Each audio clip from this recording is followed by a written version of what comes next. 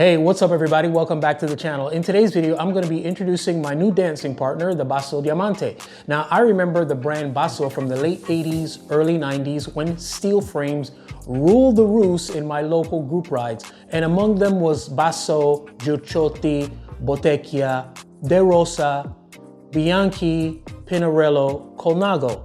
I know I'm screwing some of those up. It's okay, you guys know what brands I mean. And the last three have remained very relevant while the former brands have kind of like disappeared a little bit. Those are cycling brands that you simply don't hear that much about, especially on these shores. And a few years ago, looking over some images on the internet, I saw a US crit racer riding on a Basso frame. And I was like, wow, I didn't even know that that manufacturer was still producing bikes. So a quick search on the internet revealed to me that not only was Basso still producing frames, but Basso was one of the few manufacturers that were still producing their frames 100% in Italy, unlike most brands that already started shipping production to the Far East. So that was a very interesting revelation for me, so I noted and filed. Fast forward to earlier this year where I had a chance encounter with a dealer representative who had with him, amongst other bikes, Basso. We got to chit-chatting a bit and talking a little bit about the channel. We exchanged information. About an hour later, he introduced me via email to Basso's rep, a guy named Craig. And Craig was already familiar with the channel because of the steel frame content that I had been producing.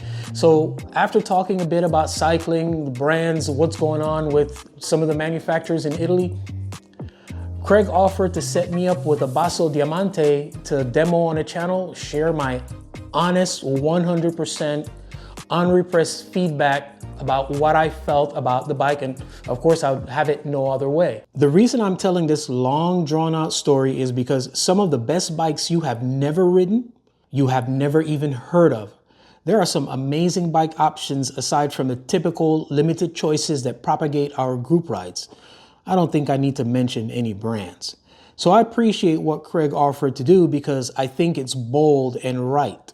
Arrangements were then made and I was introduced to the Miami dealer for Basso, which is Bike Tech, which happens to be another amazing connection to the South Florida's well-supported cycling scene and community.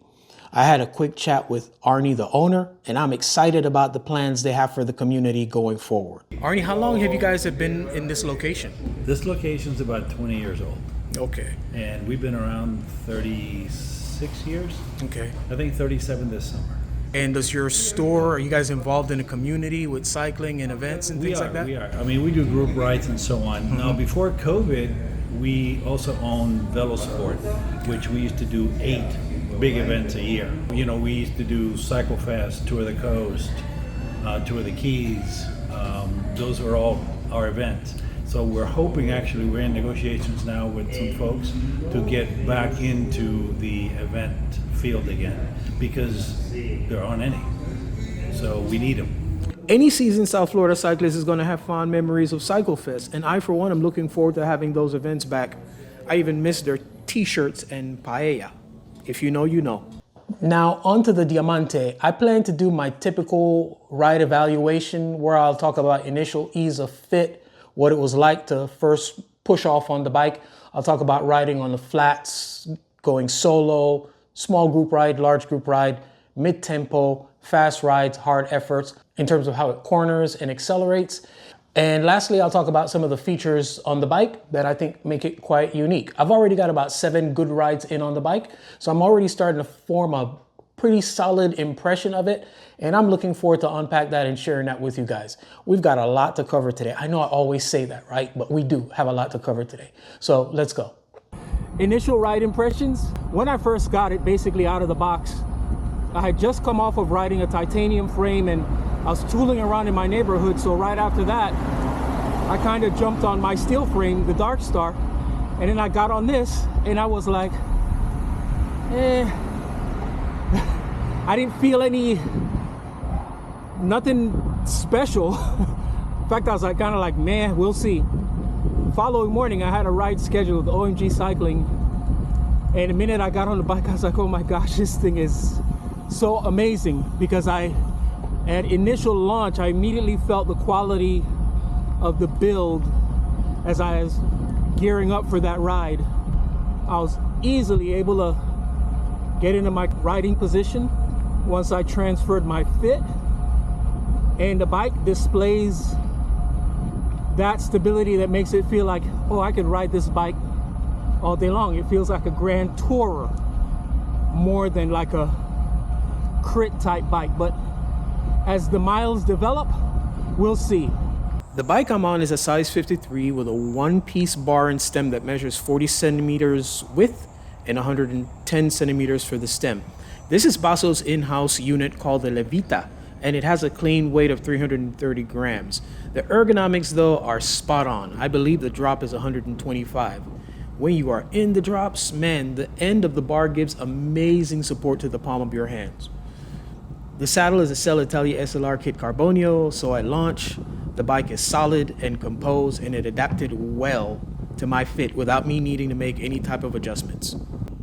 Now, when it comes to riding on the flats, so far I've done solo rides, small tempo group rides, and big fast group rides so that I can test the behavior of the bikes while just rolling along. When you are riding along moderately on a stock setup, everything feels fine, as I experienced doing my solo rides and doing a mid-tempo group ride.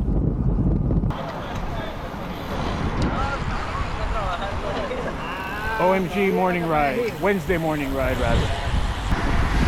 So we're wrapping up the ride right now. First impressions, I'm impressed. Very smooth, responsive without being harsh or obvious. Very sophisticated feeling frame. I'm gonna have to check out the geometry, but so far I'm loving it.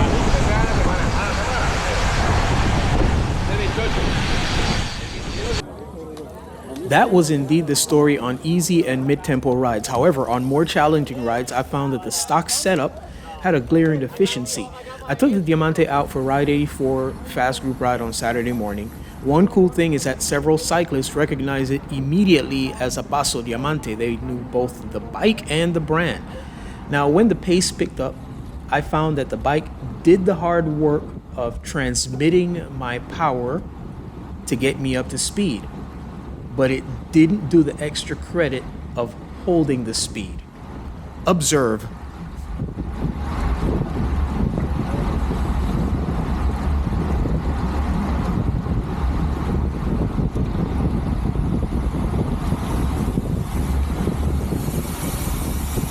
Ride impression, I work harder on this bike to hold speed than other bikes I've been riding recently. It's a weird sensation, but it's smooth, fast, but you work.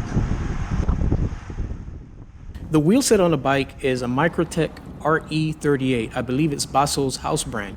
I haven't weighed them, but they feel heavy to me for what they are. But more significantly, I placed the Super Team S all carbon wheel set that I had been testing on the bike, and it was a huge transformation. On subsequent rides, the strong virtues of the bike came out, and it really felt like a superstar. My build has a cost of $8,799 with SRAM force in these Microtech wheels. When it comes to cornering, that has been amazing so far. Turn-in is immediate and the behavior is neutral. It carbs well, and if I need it to adjust, it plays along really well. I don't have to force or press it into turns. It gives off the feeling of a much lighter bike. And speaking of weight, stock it comes in at 17.2 pounds or 7.85 kilos. I think that a lighter wheel set and cassette would drop that weight substantially. Now, as far as climbing, the last matrix that we evaluate, my short climbing test revealed that it climbs well. I don't think it is a dedicated climbing bike, but it did well on the short, punchy climbs that I have. No flex or perceived loss of power, but I bet it is a hoot to descend. I bet that. If you're enjoying this content, the format, what we're doing with the channel, you can help us out an awful lot by subscribing to the channel. That is one of the biggest supports that you can give us because it allows us to increase the volume of what we're doing by attracting more manufacturers, more companies to say, hey, let's send a frame to Lewis Scott because he's got the eyes on his channel. And I definitely love doing this kind of stuff. So hopefully you enjoy what I do in terms of trying to put the bike through real world examples of how I think most normal cyclists would use the bike. So that's channel business out of the way. All right, back to Basso. Basso manufactures the Diamante and all of their carbon frames 100% in Italy, using pre-preg carbon shipped to their factory from Mitsubishi in Japan. The Diamante, for example, is constructed from 1K carbon. The result is a claimed frame weight of 760 grams in a size 53, which is what I'm riding. The geometry highlights are 54.5 horizontal top tube, more about that in a minute, a seat tube angle of 74 degrees, a head tube angle of 71.9 degrees. Seat stays at 40 centimeter, and the front to center measures 59.6, so I'm not getting any toe overlap. My favorite features, of which there are 3, are the handlebar. I didn't like that kind of like the keyhole looking thing. It's kind of like bulky around where it clamps onto the steerer tube.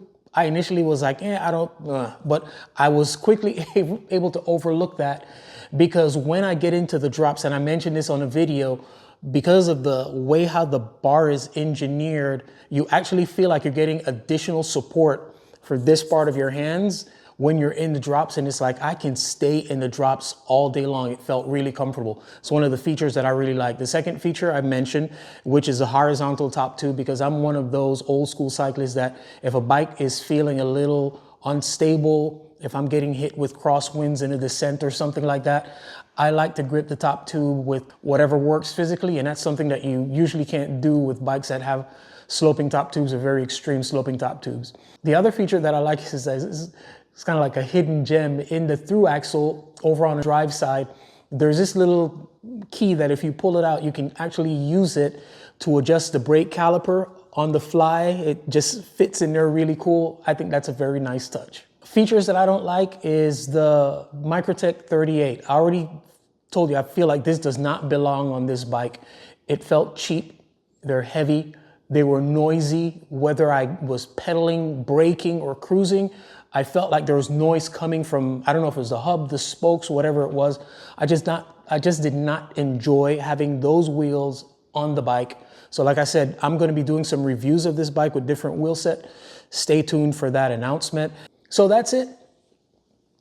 That's the reveal of my new dance partner, the Basso Diamante. Premium carbon frame constructed in Italy.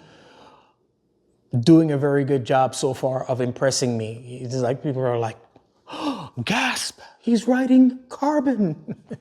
Yeah, I ride anything. I am what you'd call any horse rider. That's me. I ride it all. All right, guys, thanks again for supporting the channel. Remember to subscribe by giving us a like, commenting, and sharing. As always, our aim here is to inform, instruct, inspire. Be blessed.